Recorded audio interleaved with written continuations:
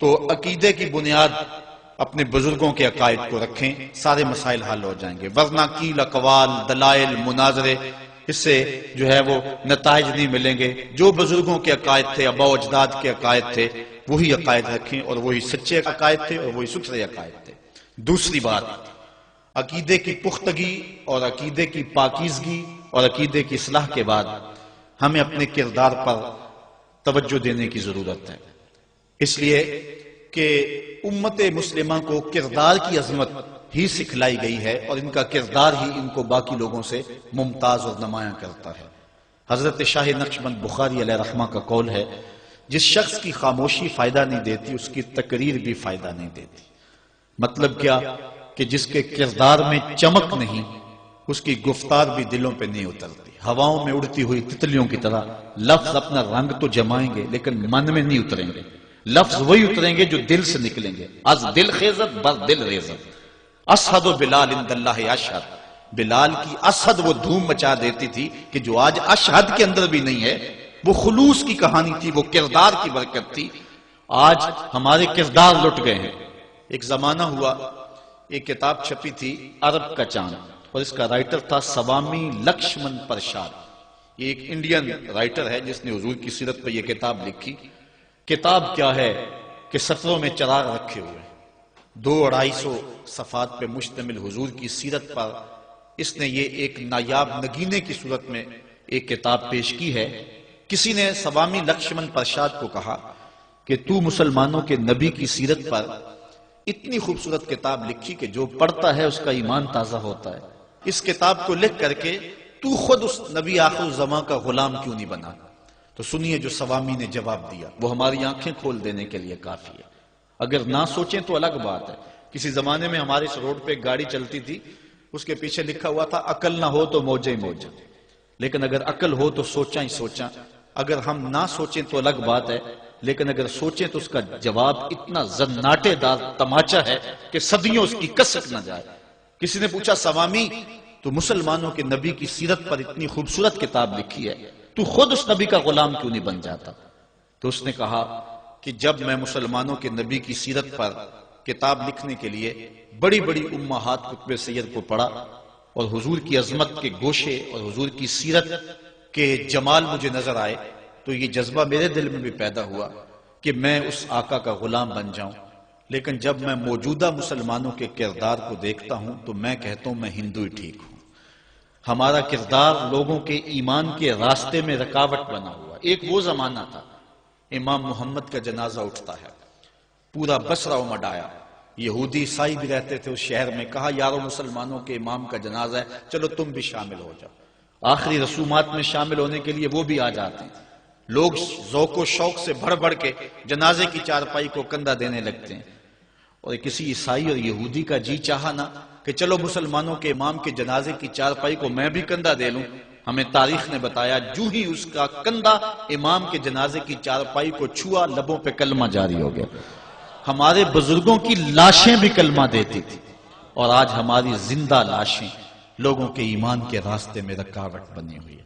آج ہم کھڑے ہو کے دعویٰ تو کرتے ہیں کہ ہم امریکہ سے ٹکر لیں گے، ہم ٹکڑے ٹکڑے کر دیں گے، پاش پاش کر دیں گے، لیکن کبھی جھانک کر کے دیکھا، اپنی حالت دیکھی؟ ہماری مسجدوں کی لیٹرینوں کے گندے لوٹے بھی زنجیروں سے بندھے ہوئے۔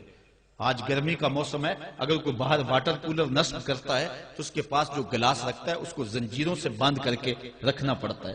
تمہاری مساجد کے اندر جوتے اٹھائے جاتے ہیں، یہ ہے تمہارے کردار کی جھلک۔ اور دعویٰ دیکھیے کہ ہم امریکہ کے ٹکڑے کر دیں گے۔ حضور نے معراج کی رات ایک منظر دیکھا، ایک پتھر ہے، چھوٹا سا سوراخ ہے اس میں، اور اس سے ایک بیل نکلا، دوبارہ اس میں گھسنے کی کوشش کرتا ہے لیکن اس سے گھسا نہیں جاتا۔ جبریل امین سے پوچھا کہ یہ کیا ماجرا ہے؟ حضرت جبریل امین نے عرض کی حضور یہ آپ کی امت کے وہ لوگ ہیں کہ جو بڑی بڑی باتیں کر لیتے ہیں لیکن بعد میں ان کو پورا نہیں کر سکتے، اس لیے یہ بیل نکل گیا ہے، اب دوبارہ اس کے اندر داخل نہیں ہو سکتا۔ ایک زمانے کی بات ہے جب عراق کی جنگ لگی، اس وقت جب اتحادی فوجوں نے عراق پر حملہ کیا، اس زمانے میں ہم میٹرک کے اسٹوڈنٹ تھے، تو کسی جگہ ایک تقریب ہوئی اور وہاں یہ اعلان کیا گیا کہ ہم عراق کی مدد کے لیے 10,000 لوگ بھیجیں گے۔ جذبے جوان تھے، تو میں اپنی والدہ ماجدہ سے بڑی منت سماجت سے ان سے عرض کر کے کہ میں نے بھی جانا ہے اور میں نے بھی جانوار نہیں، اور اپنے ایک دو دوستوں کو بھی تیار کیا، اور تیار کر کے جو ہے وہ ہم جس نے اعلان کیا تھا ان کے مرکز میں، ان کی مسجد میں پہنچے اور کہا جناب ہم اپنا نام دینا چاہتے ہیں۔ تو وہاں جو بندہ بیٹھا تھا پہلے تو غور سے ہماری جانب دیکھنے لگا، اور پھر اس کے بعد اس نے کئی طرح کے چبھتے ہوئے سوال کیے، اور اس کے بعد اس نے ایک ردی کے ٹکڑے کے اوپر ہمارا نام لکھ لیا۔ اس وقت تو ہمیں سمجھ نہ آئی، لیکن بعد میں جوں جوں شعور پختہ ہوا تو آج سمجھ آتی ہے کہ ممبروں اور محرابوں پہ لوگ کیسے کیسے دعوے کر دیتے ہیں، اور ہم جذبے لے کر کے پہنچے، لیکن اب سمجھ آئی ہے کہ اگر وہ 10,000 چوہا بھی بھیجنا چاہیں تو نہیں بھیج سکتے۔ جو 150 بندہ مجمع میں اکٹھا کرتا اس نے 10,000 جہاد کے لیے کیسے بھیجنے ہیں؟ تو یہ ایک عجیب سی جو ہے وہ باتیں لوگ کر دیتے ہیں، ہم دعوے بڑے کرتے ہیں، ایسے کر دیں گے وہ کیسے کر دیں گے۔ لفظوں سے امریکہ نہیں ٹوٹے گا، لفظوں سے جو ہے وہ ٹکڑے ٹکڑے نہیں ہو جائے گا انڈیا، ہم نے عمل دکھانا پڑے گا۔ صرف ہم ان کی طرف نفرت سے تھوک دیں تو ان کی توپوں میں کیڑے نہیں پڑ جائیں گے، ہمیں اس کے مقابلے میں کچھ کرنا ہوگا۔ آج ہم کہتے ہیں کہ ہم ٹکڑے کر کے رکھ دیں گے، لیکن اپنے کردار کو دیکھا، اپنے آپ کو تو بدلنے کے لیے ہم تیار نہیں ہیں۔ اپنی حالت کبھی ہم نے دیکھی ہم کس جگہ پہ کھڑے؟ اپنے آپ کو تبدیل کریں اور اپنے اندر تبدیلی لائیں، اپنے اندر ایک تغیر پیدا کریں اور اپنی ذات کو مؤثر بنائیں۔ بالخصوص جو ذمہ دار لوگ ہیں، جو وارثان محراب و منبر ہے، اگر جو بات کرتے ہیں اس کے پیچھے عمل کا زور ہوگا تو پھر بات اثر کرے گی، پھر کوئی وجہ ہی نہیں ہے کہ بات دل تک نہ پہنچے۔ از دل خیزت بر دل ریزت، دل سے نکلے گی دل تک پہنچے گی۔ اور تمہیں مدینے کی گلی کا واقعہ سناؤں۔ ایک عورت ہے، مسجد نبوی میں نماز پڑھنے جاتی ہے، یہ حضرت عمر کے دور خلافت کی کہانی ہے۔ تو ایک نوجوان راستہ روک کے کھڑا ہو جاتا ہے۔ ایک دن اس عورت نے رک کر کے کہا کہ میں کتنے دنوں سے دیکھ رہی ہوں کہ تم میرے راستے میں مزاحم ہوتے ہو، کیا ماجرا ہے؟ اس نے کھل کے بات کی کہ میں تیرا چاہنے والا ہوں اور تجھے حاصل کرنا میری زندگی کی معراج ہے، اور تیرے لیے آسمان سے تارے بھی توڑنے پڑے تو گریز نہیں کروں گا۔ اس نے کہا اچھا میری ایک شرط ہے۔ اس نے کہا بتاؤ، جلدی بتاؤ، لب کھولو، میں ابھی پوری کر دوں گا۔ کہا نہیں، چھوٹی سی بات ہے، 40 دن تک حضرت عمر کے پیچھے نمازیں پڑھ لو، اس کے بعد 40ویں دن کی آخری نماز کے بعد اسی وقت میں تمہارا انتظار کروں گی، پھر جدھر کہو گے چل پڑیں گے۔ کہا ٹھیک، یہ کون سی مشکل بات ہوئی؟ 40 دن نمازیں پڑھنے سے اگر تو مل جائے تو میرے لیے کون سا یہ مشکل معاملہ ہے۔ 40 دن حضرت عمر کے پیچھے نمازیں چلتی رہی، دل کی دنیا تبدیل ہوتی رہی۔ 40ویں دن کی آخری نماز کے بعد جب وہ نوجوان واپس پلٹنے لگا تو وہ لڑکی حسب وعدہ وہاں کھڑی تھی، لیکن اس نے دیکھا نہیں، یہ نظر جھکا کے گزر رہا ہے۔ اس نے کہا جانے والے توجہ کر، میں تیرے لیے کھڑی ہوں۔ کہا خیر سے کھڑی رہو، عمر نے دل کا تعلق رب سے جوڑ دیا۔ اگر میرے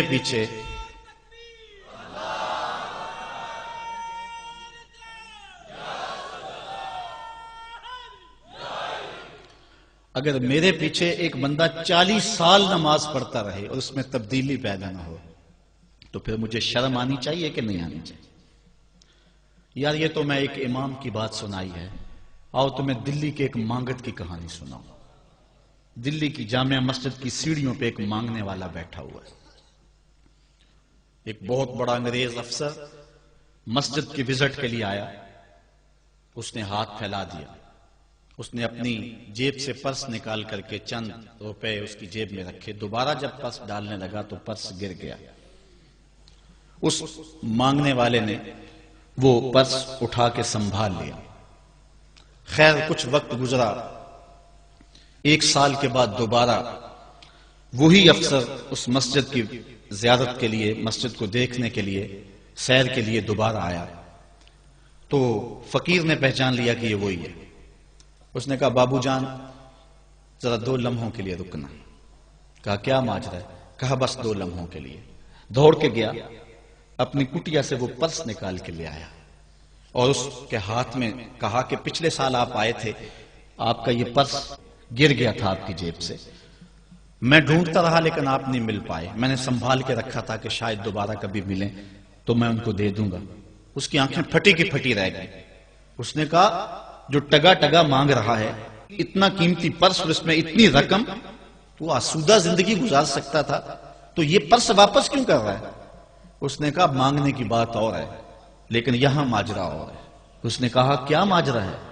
اس نے کہا کہ اگر تیرا پرس میں سنبھال لیتا، رکھ لیتا، کام آ جاتا، 4 دن کی زندگی عیش سے گزر جاتی، لیکن مسئلہ یہ نہیں ہے، مسئلہ یہ ہے تو عیسائی ہے اور میں حضور کا غلام ہوں۔ کل قیامت کے دن اگر تیرے نبی حضرت عیسیٰ نے میرے نبی کے سامنے شکایت لگا دی کہ آپ کے امتی نے میرے امتی کا پرس چرایا تھا، تو پھر میرے نبی کو تیرے نبی کے سامنے شرمندگی اٹھانی پڑے گی۔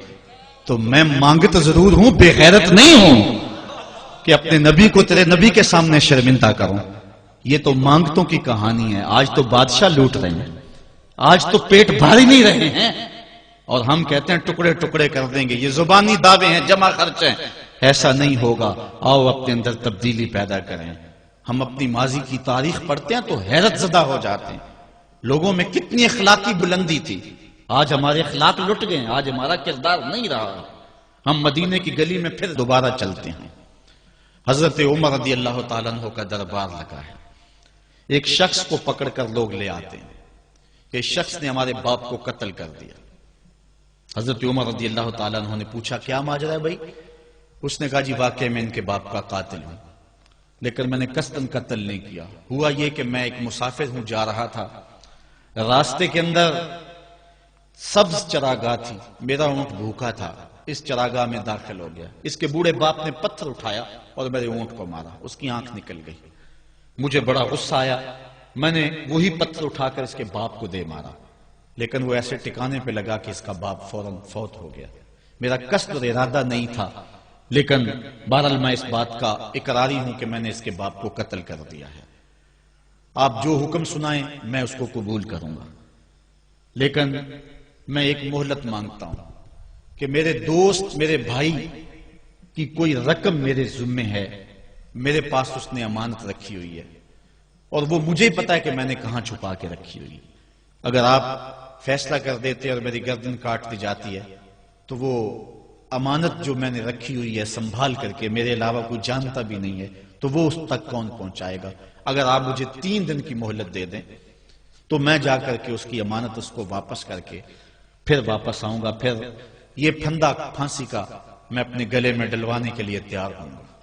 حضرت عمر رضی اللہ تعالیٰ عنہ نے فرمایا کہ کوئی شخص تیری ضمانت دے دے تو ہم تجھے چھٹی دینے کے لیے تیار ہیں۔ اس نے دائیں بائیں دیکھا، پورے مدینے میں اس کا کوئی شناسہ ہی نہیں تھا، واقف ہی نہیں تھا، ایک اجنبی شخص تھا۔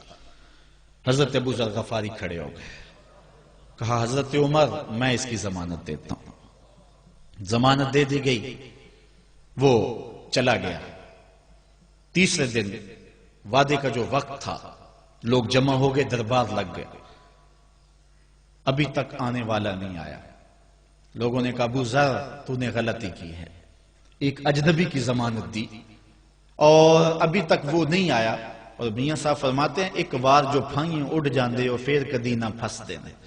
ظاہر ہے وہ چلا گیا، واپس تو نہیں پلٹ کے آئے گا، اسے پتا ہے کہ آگے سیدھی سیدھی میری موت ہے، تو تم نے یہ کیا غلطی کی؟ خیر آپ نے فرمایا کہ اگر وہ نہ آیا تو یہ پھانسی کا پھندا میرے گلے میں ڈال لینا، لیکن بہرحال میں نے اس کی ضمانت دی۔ کچھ عرصہ بیتا کہ دور سے گرد و غبار اڑتا ہوا دکھائی دیا۔ جب صورت واضح ہوئی تو وہی شخص تھا۔ حضرت عمر فاروق رضی اللہ تعالیٰ عنہ کے دربار میں کھڑا ہو کہنے لگا حضرت کسی وجہ سے تاخیر سے پہنچا ہوں، معذرت چاہتا ہوں، اب جو حکم ہے پورا کیجیے۔ حضرت عمر رضی اللہ تعالیٰ عنہ اس کے پھانسی کے احکامات جاری کر چکے تھے۔ آپ نے فرمایا کہ ابو ذر یہ بتا کہ تو نے اس کی ضمانت کیسے دی جب تو اسے جانتا نہیں تھا؟ تو سن حضرت ابو ذر غفاری نے کیا کہا۔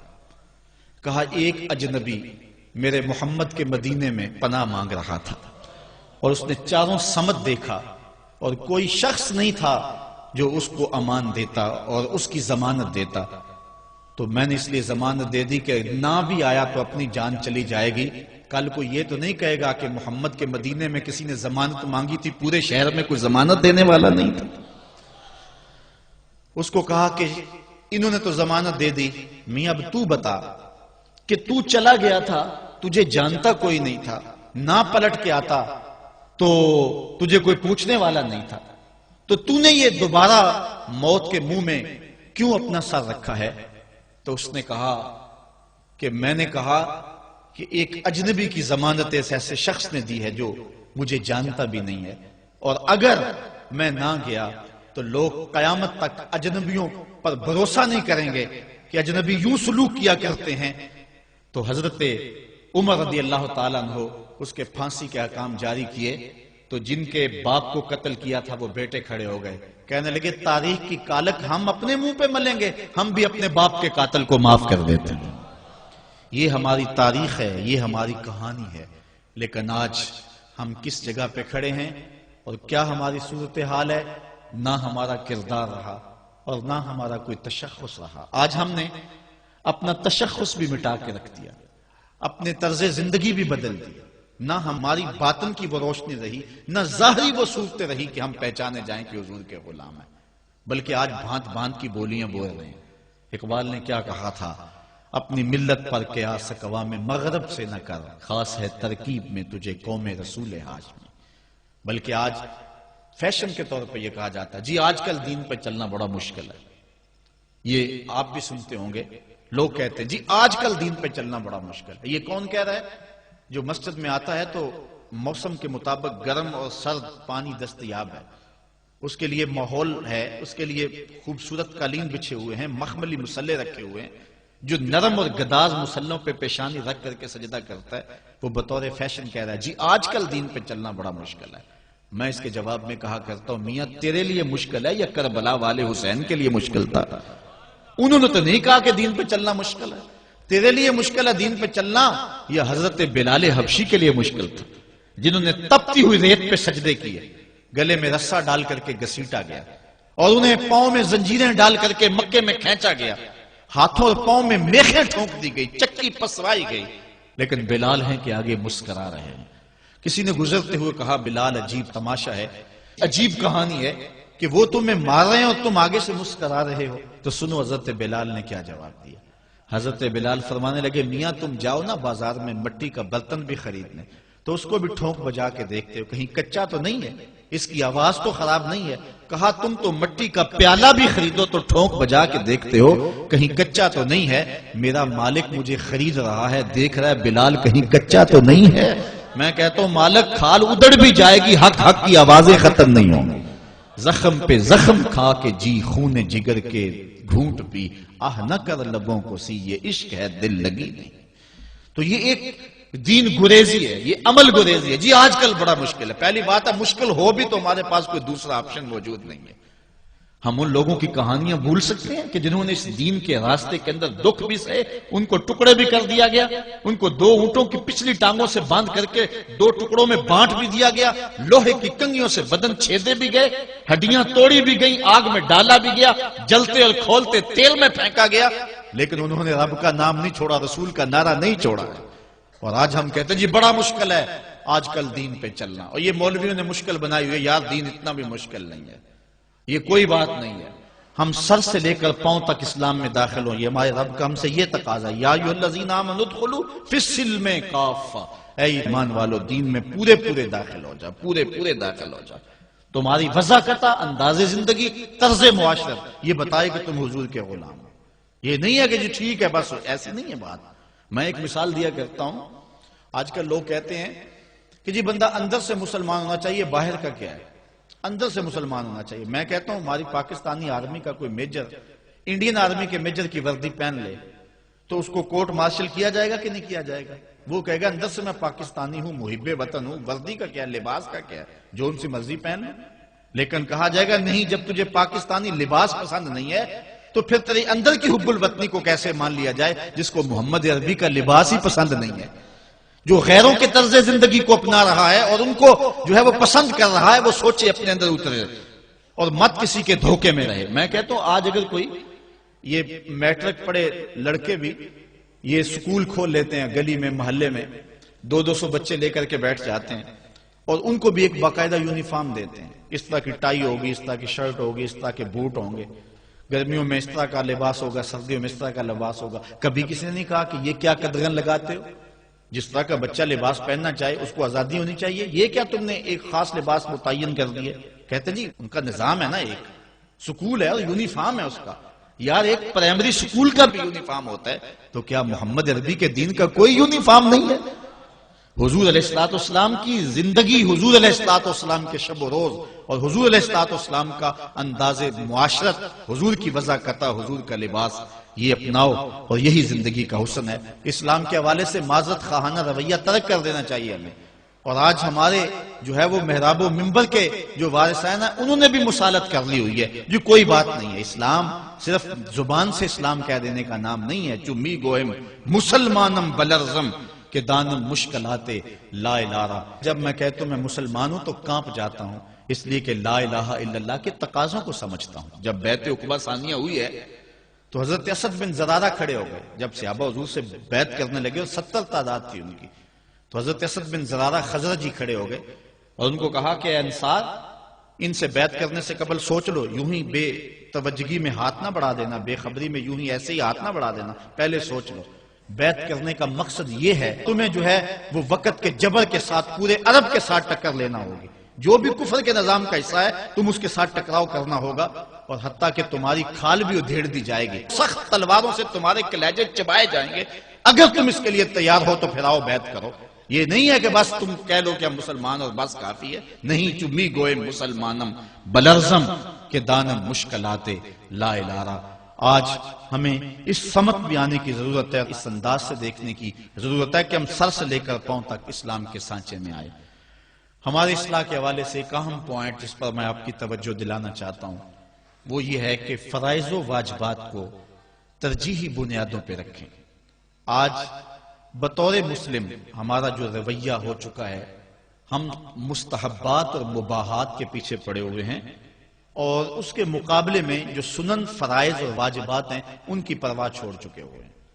دین میں کتنے امور ہیں جو صرف مباح کی حد تک ہیں، کر لو تو ٹھیک، نہ کرو تو پھر بھی ٹھیک، اور کتنے امور ایسے ہیں کہ جو صرف استحباب کے زمرے میں آتے ہیں۔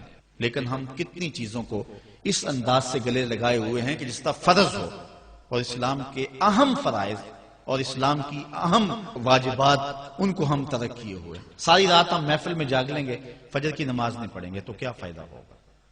ہم حضور علیہ السلام کے میلاد پہ جھنڈیاں بھی لگا لیں گے، سب کچھ کر لیں گے، لیکن حضور علیہ السلام کی سنت سیرت کو ترک کر دیں گے، تو بتاؤ کہ اس سے کیا حضور کی رضا میں حاصل ہو جائے گی؟ ہاں، اگر فرائض کی ادائیگی کے بعد ان کاموں کو کرو تو یہ تمہارے لیے بہتری کا سامان ہے۔ آؤ اس پر ایک دو روایات آپ کے سامنے رکھوں۔ ایک طرف حضور علیہ السلام سے محض محبت کا دعویٰ ہے، اور ایک حضور علیہ السلام کے دیے ہوئے دین کو اور حضور علیہ السلام کے پیغام کو اپنانا ہے، بلکہ ایک طرف اپنی طرف سے اظہار محبت ہو اور وہ سچا ہی ہو، اور دوسری طرف حضور کا حکم ہو تو حکم ترجیح پا جائے گا۔ حضرت عبداللہ ابن رواحہ رضی اللہ تعالی عنہ، یہ حضور علیہ السلام کے درباری شاعر ہیں۔ ویسے تو 34 سے 35 لوگ حضور علیہ السلام کی باقاعدہ نعت خوانی کرتے تھے، ویسے تو ہر صحابہ حضور کا نعت خواں تھا، لیکن یہ باقاعدہ حضور کی ثنا کیا کرتے تھے۔ لیکن 3 اصحاب جو ہیں یہ خاص طور پہ حضور علیہ السلام کے درباری نعت خواں کہلاتے ہیں، حضرت کعب بن زہیر، حضرت حسان بن ثابت اور حضرت عبداللہ ابن رواحہ رضی اللہ تعالی عنہ۔ حضرت عبداللہ ابن رواحہ کو حضور نے حکم دیا کہ صبح فجر کی نماز کے بعد ہی تم لوگوں کو لے کر کے فلاں جنگ کے لیے نکل جانا۔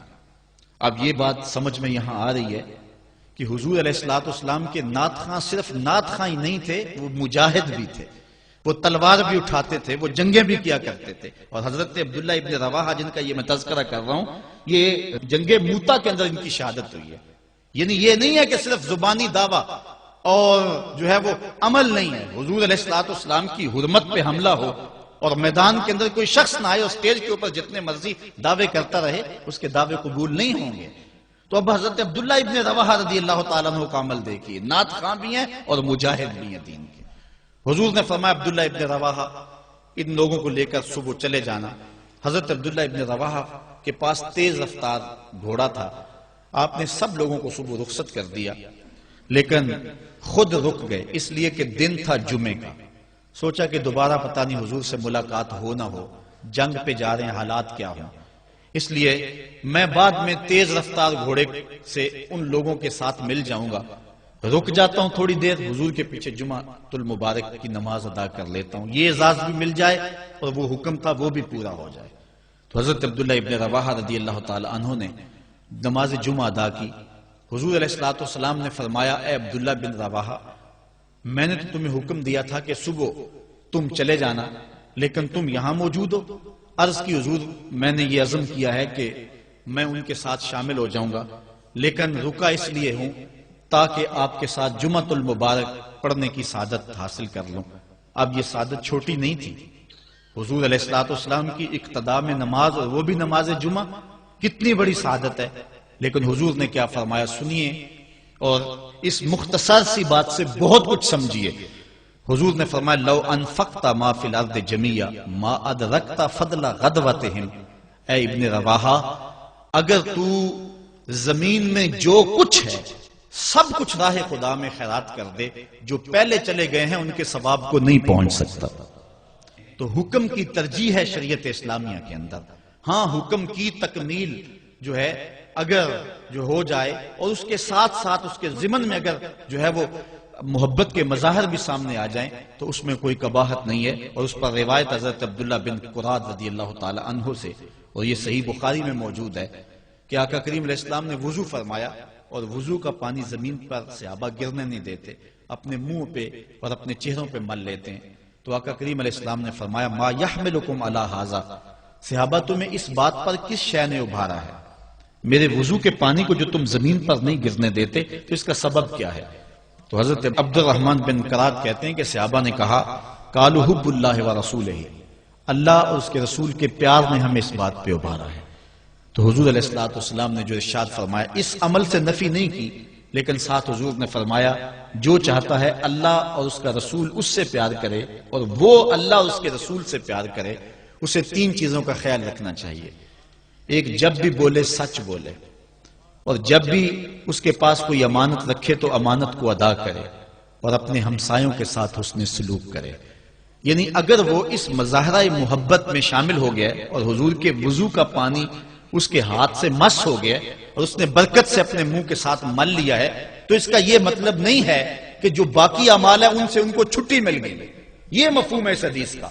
اگر کوئی بندہ محفل میلاد منعقد کر لیتا ہے، دیگر امور مستحبات کی ادا کرتا ہے، تو اس کا یہ مطلب نہیں ہے کہ اب نماز نہ پڑھے، اس کو کوئی پرواہ نہیں ہے، وہ بخشا گیا ہے۔ جس طرح کہ آج کل ہمارے ثنا خاں جو ہے تاثر دیتے ہیں کہ جو محفل میلاد میں آ گیا وہ بخشا گیا۔ اللہ تعالیٰ چاہے اس کے لیے کوئی مشکل نہیں ہے، لیکن جو دین ہے اس دین کو ہلکا کرنے والی بات ہے۔ بلکہ آج کل تو ممبر و محراب پر جنت اور دوزخ کا مذاق اڑایا جا رہا ہے۔ ایک بندہ کہہ رہا ہے کہ ہوئے تو کیڑی جنت دا کرنا ہے تذکرہ۔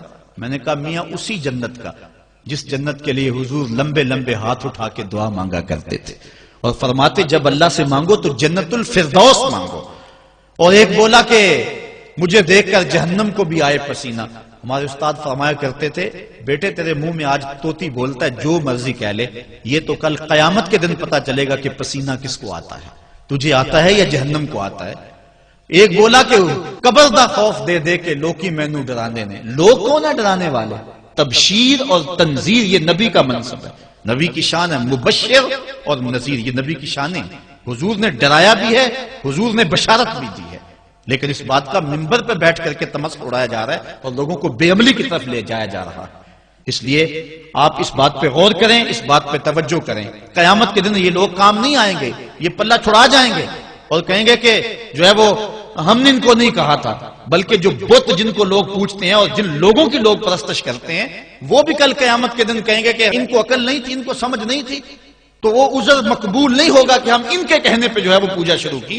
اس لیے اگر کوئی شخص تمہیں عمل سے بے رغبت کرنا چاہتا ہے اور تبشیر و تنذیر کو تمہاری نظر میں ہلکا کر دینا چاہتا ہے اور تم اس کے اس انداز سے عبادت کو ہلکا سمجھنے لگ جاتے ہو، تو کل قیامت کے دن کوئی عذر مسموع نہیں ہوگا۔ اللہ نے عقل دی ہے، اللہ نے سمجھ دی ہے۔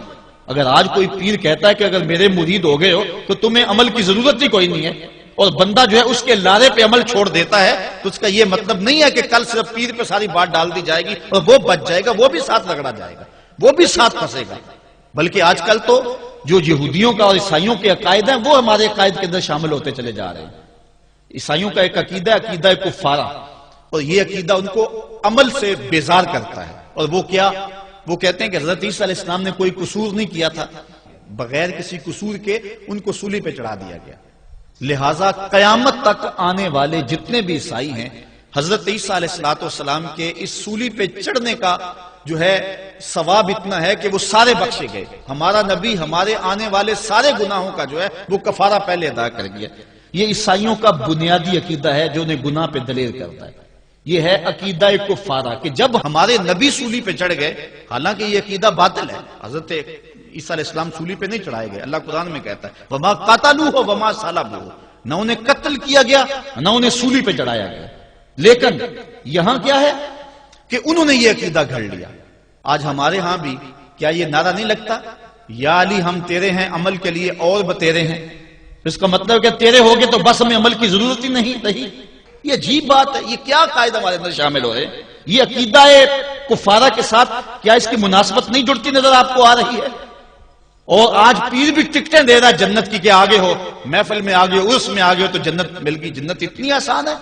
اللہ سے توقع رکھو، اللہ سے امید رکھو کہ اللہ میں جنت دے دے، اور آرزو کرو، گمان اپنے کا اظہار کر سکتے ہو لیکن کوئی بات قطعاً نہیں کہہ سکتے۔ بلکہ آج تو حال یہ ہو گیا کہ پیرانے عظام اس دنیا سے جاتے ہیں تو لوگ ان کے لیے دعا نہیں مانگتے، اور وہ بھی چونکہ ساری زندگی پڑھایا یہ ہے کہ ہم تو ہیں ہی بخشے ہوئے، اور دعا سے محروم ہو گئے۔ میرے والد گرامی رحمت اللہ تعالی علیہ ہمیں بارہا کہتے تھے کہ جب میں دنیا سے چلا جاؤں میری تعریفیں نہ کرنا، میری بخشش کے لیے دعائیں کرنا۔ مجھے تمہاری تعریفوں کی ضرورت نہیں ہوگی، مجھے تمہاری دعاؤں کی ضرورت ہوگی۔ آج کہا جاتا ہے ان کے لیے تو جنت کے دروازے کھلے ہوئے ہیں، لوڑ ہی کوئی نہیں دعاؤں کی۔ وہ میاں وہ بھی بشر تھے، بتقاضۂ بشریت ان کی زندگی گزری ہے، نجی بھی، ان کی گھر کی زندگی بھی ہے، سیاسی زندگی بھی ہے، ان کے دیگر معاملات بھی ہیں، ان سے کوئی کوتاہی ہوگی۔ حضرت صدیق اکبر، حضرت عمر، حضرت عثمان، حضرت علی اور دیگر عشرہ مبشرہ، یہ کون لوگ ہیں جن کو حضور علیہ السلام نے جنت کی بشارت دی ہے؟ ابو بکر فی الجنہ، عمر فی الجنہ، عثمان فی الجنہ، کوئی شک رہ جاتا ہے؟ لیکن اس کے باوجود حضرت عمر کہتے ہیں اگر برابر سرابر بھی چھوٹ جاؤں تو پھر بھی اللہ کا شکر ادا کروں گا۔ حضرت صدیق اکبر کہتے ہیں ایک شاخ پہ چڑیا کو بیٹھا ہوا دیکھا، کہا ہے چڑیا کتنی موج لگی ہے تیری، ایک شاخ سے دوسری شاخ پہ چلی جاتی ہے، دوسری سے تیسری پہ چلی جاتی ہے، اور قیامت کے دن تیرا حساب بھی نہیں ہوگا، پھنسے تو ہم ہیں جن کا حساب ہوگا۔ حضرت عثمان رضی اللہ تعالیٰ عنہ ایک قبر پہ کھڑے رو رہے ہیں۔ کسی نے کہا عثمان کیا کر رہے ہو؟ کہا حضور نے فرمایا آخرت کی پہلی منزل قبر ہے، اس لیے مجھے یہاں رونا آ رہا ہے۔ یہ وہ لوگ ہیں جن کو حضور کی زبان سے جو ہے وہ جنت کی بشارت ملی ہے، اور ہم صرف ایک محفل میلاد میں آ کے، ایک محفل نعت میں آ کے، ایک عرس میں شامل ہو کے، ایک پیر کے ہاتھ میں بیعت کر کے سمجھ جاتے ہیں کہ اب ہم بخشے گئے ہیں، عمل کی ضرورت ہی نہیں ہے۔ یہ جو بدعملی کی جو تحریک ہے، اس بدعملی کی تحریک کی اصلاح کی ضرورت ہے اور ہمیں عمل کی طرف جانا ہوگا۔ بلکہ علامہ اقبال نے تو ایک اور بات کہی، اقبال کہتا ہے پیر وہ نہیں ہے کہ جو تمہیں پہلے عمل سے بھی بیزار کر دے، پیر بلکہ حقیقی مرشد وہ ہے جو تمہارے لیے مصیبت بنا دے زندگی۔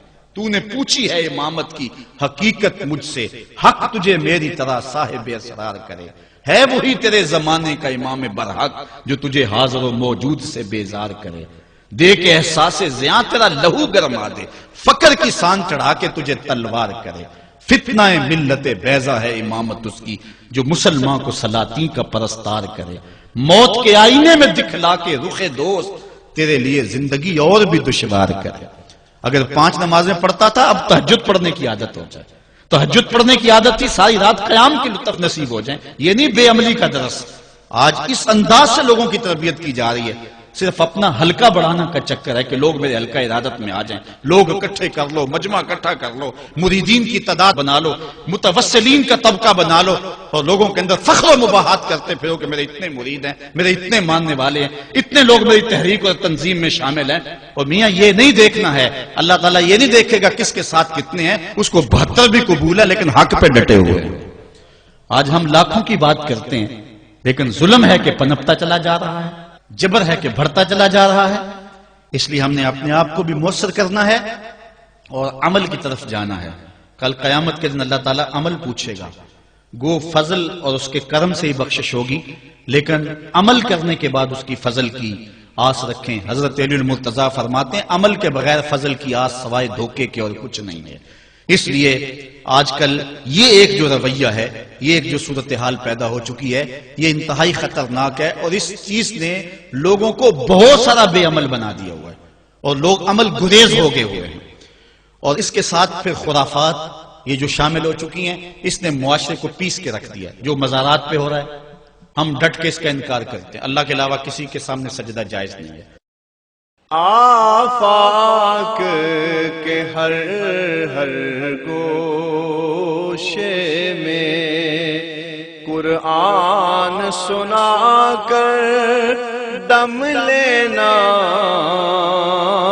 اب رکنا نہیں، اب تھمنا نہیں، فردوس میں جا کر دم لینا، آفاق کے ہر ہر گوشے میں قرآن سنا کر دم لینا، اب رکنا نہیں، اب تھمنا نہیں۔